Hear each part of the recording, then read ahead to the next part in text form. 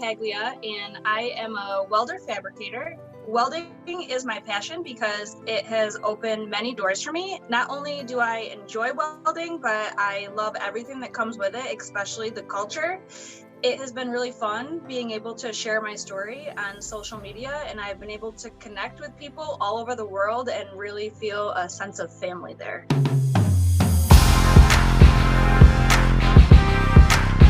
I think welding is an excellent career choice just because you don't have to dump a ton of money into it.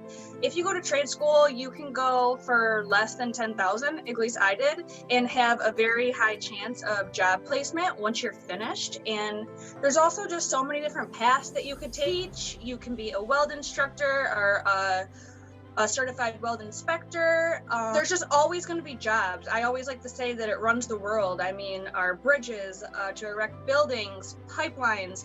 You could get a welder and have your own business or be like a traveling business. You could join the union, manufacturing. There's just so many different jobs, and it's a very high job placement rate.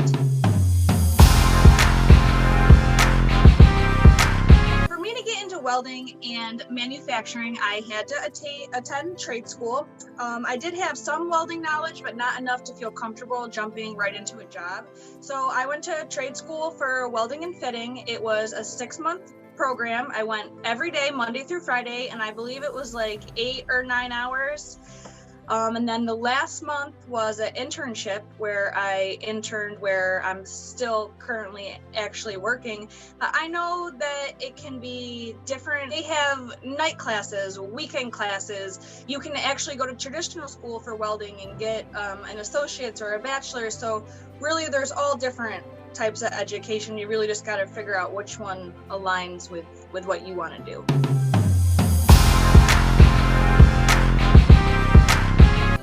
My area, which is central New York, usually welders start off around $17 an hour, and I'd say at the high end, more closer to 30, and that's for manufacturing. That's what I do.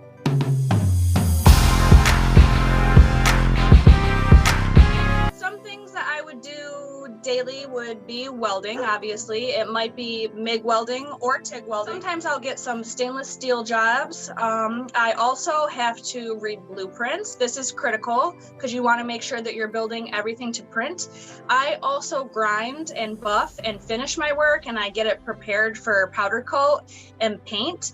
I also attend safety meetings. I also clean every day. Shop cleanliness is a big one, and that falls back into safety. Safety is very important, operating machines and using tools. And if your area is going to be a mess, that could be a trip hazard or a fire hazard. So cleaning is a big one too. So there's a lot more to it than just welding.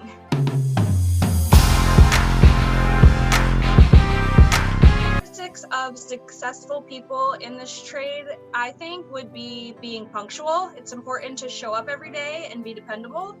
Also, I think having a calm manner and clear mind is important. When you're working with tools and operating equipment, it's important to be rational and not let frustration overcome you. I've seen hammers fly before, but it's also important to have an eye for detail. When you're reading blueprints and welding, it's important that you're able to pay attention to many small details simultaneously just to ensure that you have a good finished product and that it was built to print.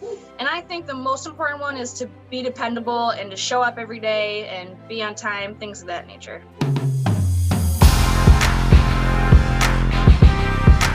For my area in central New York, we have a program called Access VR, and what they do is, I'm going to use my school for example. It was $7,000, and I know that the federal grant paid for $5,000 of it. There's $2,000 left.